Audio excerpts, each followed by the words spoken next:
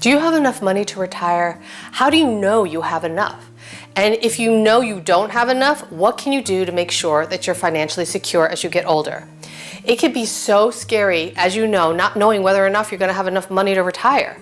So today is your wake-up call. We're going to get you on the path towards being financially secure. I'm Risa Morimoto, your host, and you're watching Modern Aging, where we chat about innovative and holistic ways to optimize our health and well-being as we age. If you're new to the channel, I'd love for you to subscribe. All you have to do is click on that little red button below with that little bell next to it to be sure to be notified whenever a new video is posted. If you're liking these videos, I'd be super grateful if you could give it a thumbs up, because it actually tells YouTube to share it to other like-minded people. And the whole point of these videos is actually to spread and share the knowledge to as many people as possible. My guest today is Jim White. He is the founder of RouteToRetire.com. He retired in 2018 at the age of 43. Yes, 43, and moved to Panama with his wife and daughter. We actually met in Boquete, Panama, where we sat down to chat all things FIRE, financial independence, retire early. He recommends some really practical online tools to help you out. So I've put those links down below, but for now, I want you to check out the interview. Today, I want to talk about FIRE, which I just recently heard about. So that's financial independence, retirement early. Retire early, yeah. So how old were you when you retired? I was 43, and I retired at the end of 2018. I'm 44 right now, so. Wow. Some people can't even retire at this point, right? Very true, yeah. Let alone retire early. So I kind of wanted to talk to you about your secrets or your kind of methodology, because you actually had a lot of debt years ago, right? Oh, you did your research. I That's did, good. indeed. Yeah, I had about $30,000 worth of credit card debt, and that doesn't count school loans or anything like that. But but I kind of changed my ways of thinking and was able to make this miracle happen with a family. Wow. So what happened where you were like, at this pace, I'm not going to be able to retire? Or was there some sort of crisis that happened? Or Not really. So probably we got to go back to 1999. That's good year. That's a long time ago. Y2K. Y2K, and that's exactly what happened. I was hired into IT to fight the dreaded Y2K bug. And so at that time, I didn't really know. I was just a young kid. I didn't really know where I was at financially. And one of the things that they had was a patch for Quicken to be Y2K compliant. And they didn't really it wasn't really a patch, it was actually the full software of an older version. And so I was doing that in customer sites, and I said, you know what, I'm going to try this on my own. So I installed Quicken, connected all my accounts, and did all that. And then was in awe when I didn't realize just where I actually stood financially, and it just kind of broke me. Yeah. That's probably pretty common, right? I think we probably ignore where we're at. I think that's most people don't just realize just financially where they're at, and that's one of the biggest keys of financial independence for sure. To know how much debt you had. To know exactly where you're at. If you know where you're at and where you need to be, then you can figure out the rest of the equation. So what does that mean, to know where you're at? You basically need to know two things. You need to know your expenses, and you need to know your net worth. Those are the two present things that you need to keep track of. And then the next thing is you need to figure out where you want to be financially from there. And I mean, so honestly, how do you calculate that? So figuring out where you're at. I mean, it's so easy now. Like back in those days, there was Quicken, Microsoft Money, and I think there was one other one, but those were the two. They ran the show, and I mean the internet was still fresh. That's when you'd see the pictures slowly coming down on the screen and everything. There were still modems, but now it's unbelievable. I mean, now there's apps like Mint and Personal Capital, and Quicken's still out there. They're just not as good on the mobile side, but Mint is completely free. It's ad-based, and so if you're comfortable with that, that's good. Personal Capital is completely free as well. Both fantastic pieces of software. They work right in your browser, so you don't even have to install anything. And then there's apps for the phone. So if you're So you just calculate, you just put in all your bills or something? Or you just connect in your bank accounts, any brokerage accounts, anything like that. You put in everything. You put in your house, what your bank is with the loan. Sometimes it'll connect. Sometimes you have to do it manually for that piece of things. Cars, if you want, any of that. It'll pull up Kelley Blue Book pricing, so you can see the difference between what you owe and how much it's worth, and that's kind of the important piece. Wow. And then it just does it for you automatically. You don't have to sit there typing in anything, unless you live in Panama and you're in a cash society and you have to manually type things in. So then it automatically calculates your net worth as well? Yes. Yes, so you can see exactly where you're at. Oh, wow. And then you can look at the, each of them is a little different, but you can look at the budget screen or whatever to kind of see where you were at for the month. How much were you spending? Were you, and sometimes that'll be scary. You'll look at that number and go, oh my God, I can't believe. Right? What? Yeah, exactly. And then you go into denial. Right. It's like the stages of grief, right? But like in my case, back in those days, that was a wake-up call. That was just actually seeing that was enough to go, oh my gosh, this is a problem. I mean, so what was it? So you just found out you had more debt than you thought you had, or? I had no. So let's go back. I was in college at that time, so I didn't. I didn't know. That was when you'd sign up for credit cards because they give you like a free T-shirt. Oh, now they give you like $500 or something. Like, that's a better deal. So I had some good T-shirts, but the problem was I would look and see. I wouldn't actually know where I was at, and I was to the point I wasn't making a lot of money. I was always working part-time through college, then full-time at the end, but I was at the point I didn't have enough money to pay the credit cards, and I was paying my MasterCard with my Visa and vice versa when you do the balance transfers. Oh yeah, we've done that trick. Yeah. You've got to be pretty organized for that. That's a tough one. Yeah. Wow. And so then what happened? How did you figure out what you needed to do, and what did you do? So at that point, at that point I started saving. I started paying out the debt. Quicken is great. It has a debt reduction planner. That's the most important thing. Yeah. And they once you put in your information in there, it would have the information, what your how much you're paying in interest, what your minimum payment is, all those kind of things. And they have a debt reduction planner that goes, okay, this is what I want you to do. If this is how much you're paying right now, instead of paying, it's simple to look at on the computer when it does this, but it goes, okay, why don't you pay, instead of paying equal amounts on these, pay more on the higher interest ones, and let's get that paid off, and then we'll move on to the next one. And so it tells you.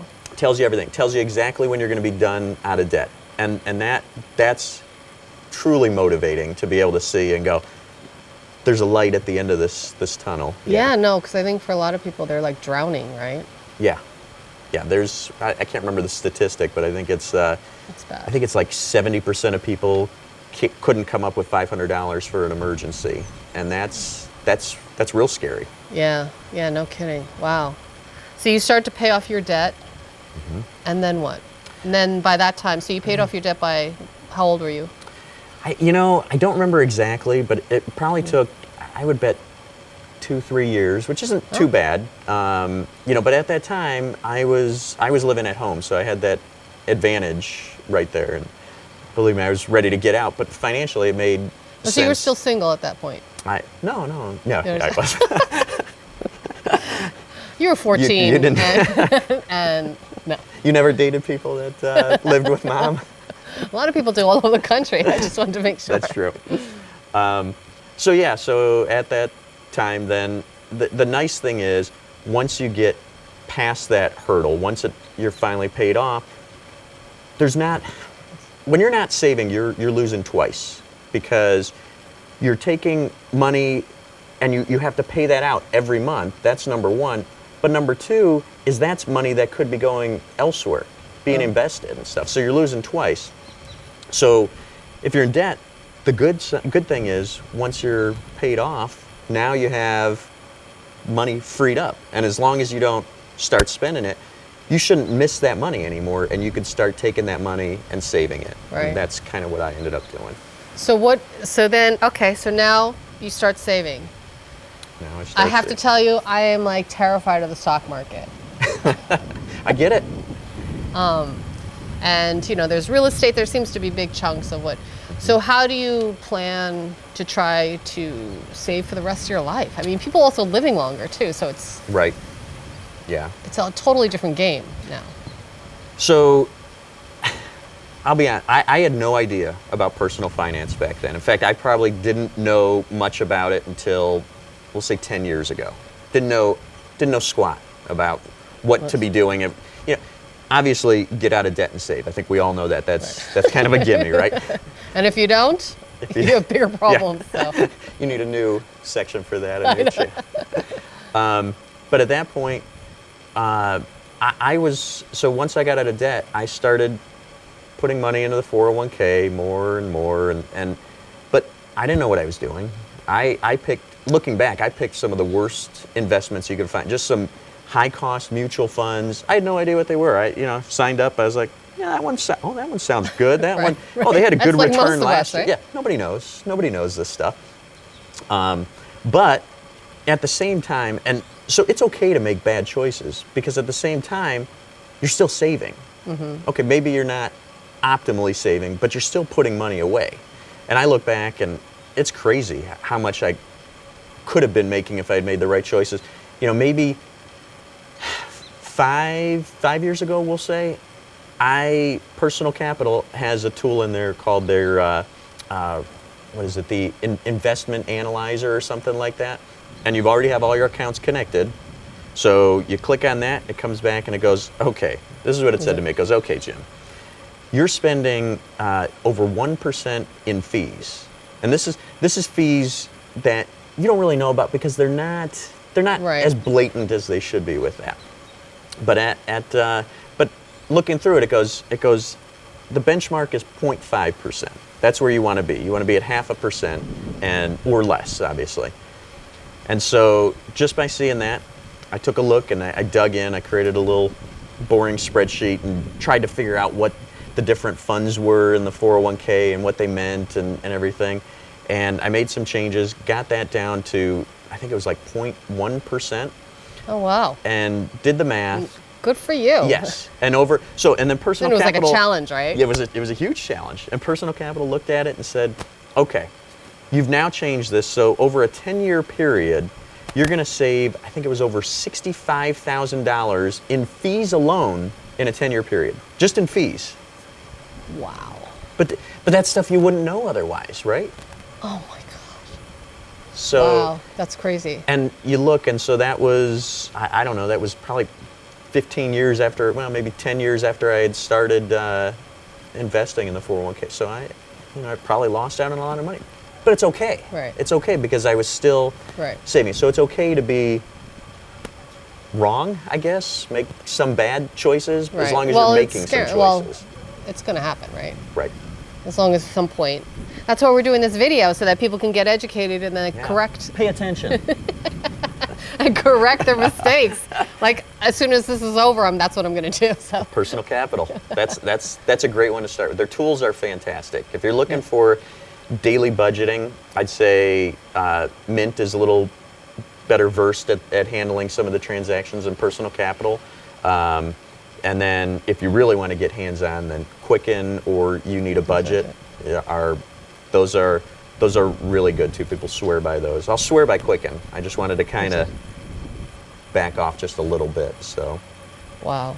So okay. So if we move towards retirement and thinking about retirement, how do you even know how much money you need? Good question. That's a real good question. So basically, the rule of thumb is there's something called the 4% rule. And the idea is, like we said, first you got to figure out what you're spending. So these tools that we mentioned should help you. Once you figure it out, what you basically want to do is, let's step it back a bit. Let's say you have a portfolio of X amount. You want to find out. Let's put a number in. Let's put it. Oh, I like that. Oh. Let's say $1 million. Okay. $1 million. So you have a portfolio of $1 million.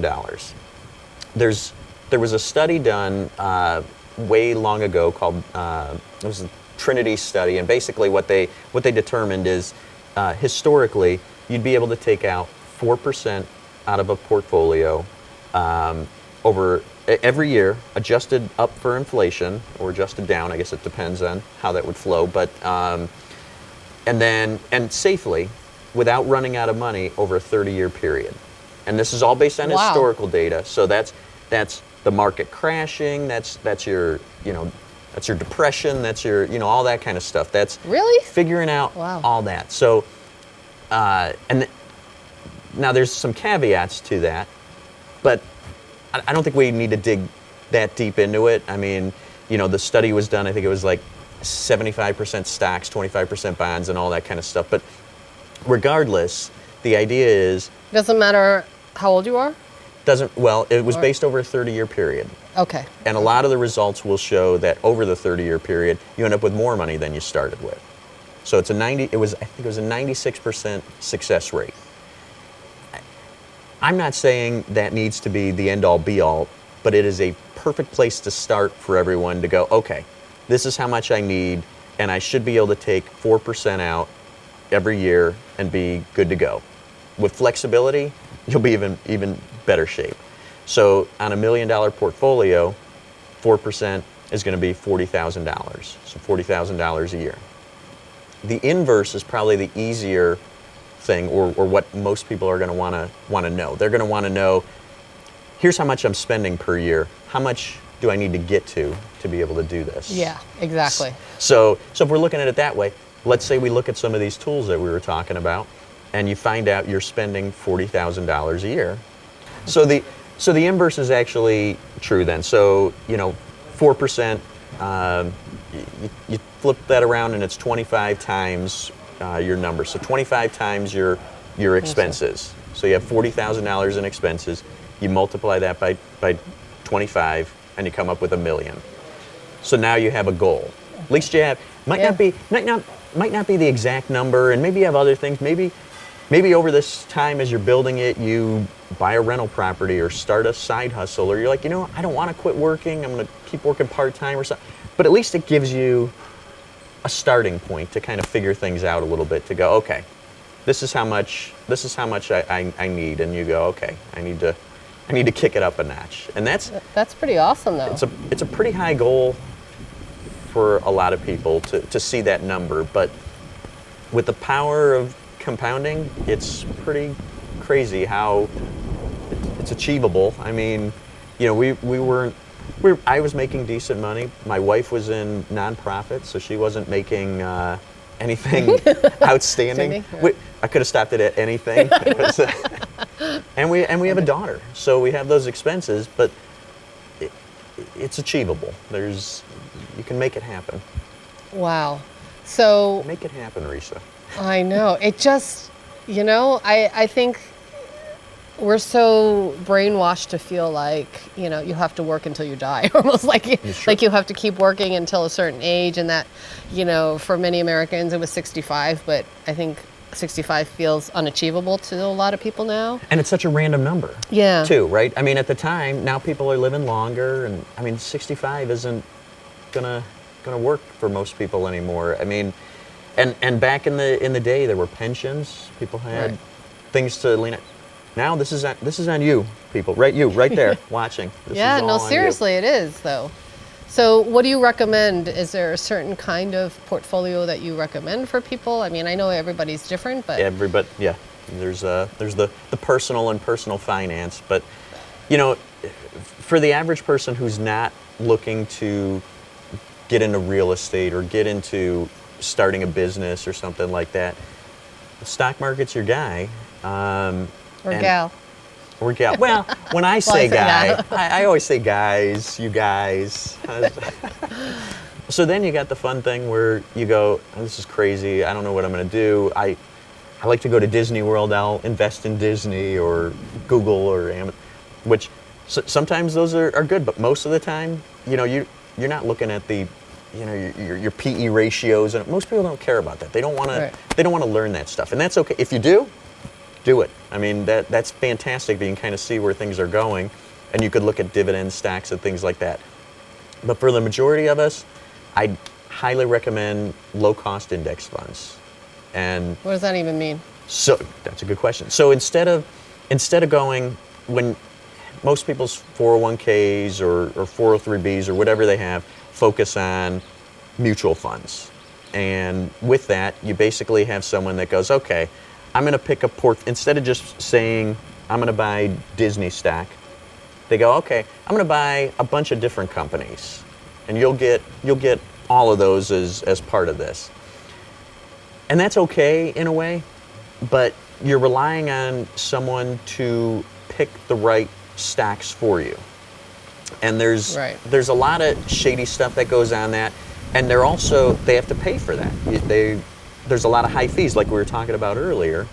So I don't necessarily like mutual funds most of the time. So when you have an index fund, you're basically trying to match something along the stock market, and they can automate this with technology. Wow. Computers, yeah. So that's basically what an index fund. There's different index funds. There's ones, maybe you're focused on certain things that aren't harmful for the environment, or and there's different ones you can look at. The one that's most talked about in the personal finance realm is the total stock market.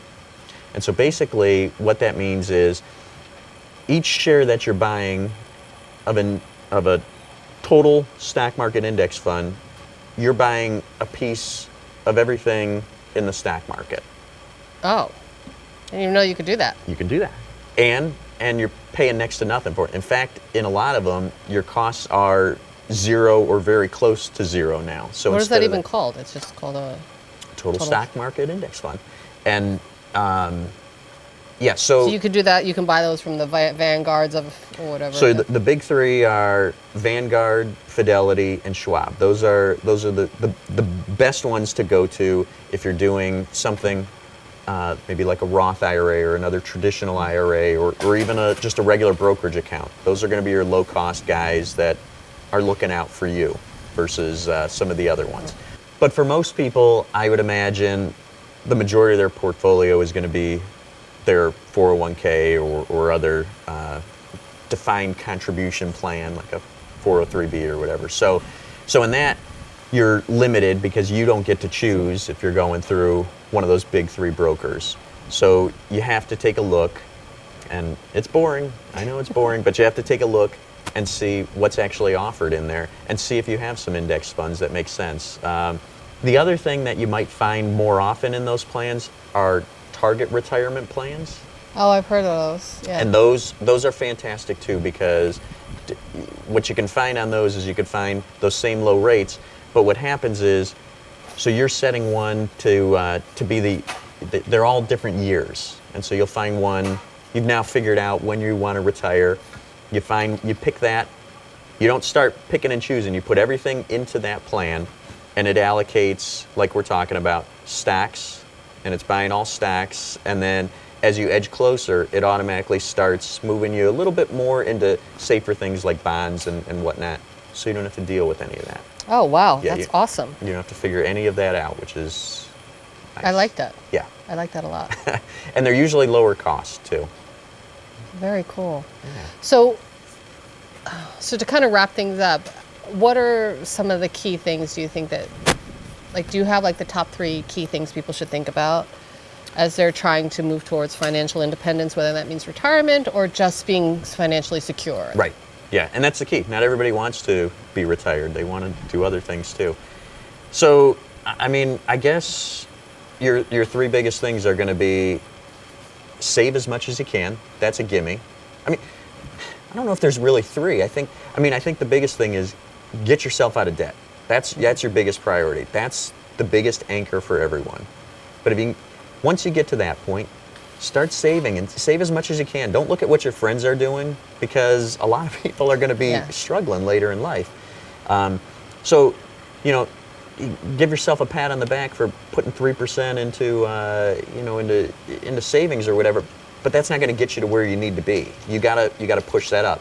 The higher you can go, the better. And maybe it's baby steps to get there. Maybe you got to do small increments. But eventually, you want to get as high as you can. The extreme, your fire savers, as you want to call them, you know, are doing 50% or more. What? Which is, when I left my job, we were saving, and my wife was no longer working, but we were still saving 60% of my income. Wow. And I wasn't making, I was making decent money, but it wasn't anything crazy. But it was just small, increment, just kept pushing it up higher and higher. That's awesome. Not everybody's going to be able to do that. But you take a look at your expenses, see what you can get rid of, a lot of needless stuff. You know, for us, you know, you always hear cable and different things like that. And that's okay. I mean, that's not gonna get you to financial independence. But if you're making more intentional decisions on what you get, Right. those are the things that matter. Do you really need the biggest house in the best neighborhood? I mean, Right. do you? I mean, I know. Oh, I'm totally with you on that. I have a lot of people argue with that, but yes, I totally am with you right. on that. Or the Right. nicest cars. Well, it just costs you, right? You do that. There are consequences to making Huge. that choice. Your big three in expenses are going to be where you're living, transportation, and what you're eating. So if you can be a little more intentional on, you know, if you're a foodie and you love eating, great, go to town. But on those other couple things, cut them down aggressively. Get rid of that stuff. There's a book that I'll recommend to your subscribers here or viewers called The Millionaire Next Door, and it is a fantastic book. It was this guy Thomas Stanley, I believe is his name, and he basically did a lot of research. He was interviewing millionaires, and what he determined is the people you think are millionaires, driving the fancy cars, they're not. Those are the people who are really struggling. And the people who are winning, you would look at them and go, they're poor. They have no money. They got nothing saved up. And it's the opposite. I mean, Interesting. pretty crazy.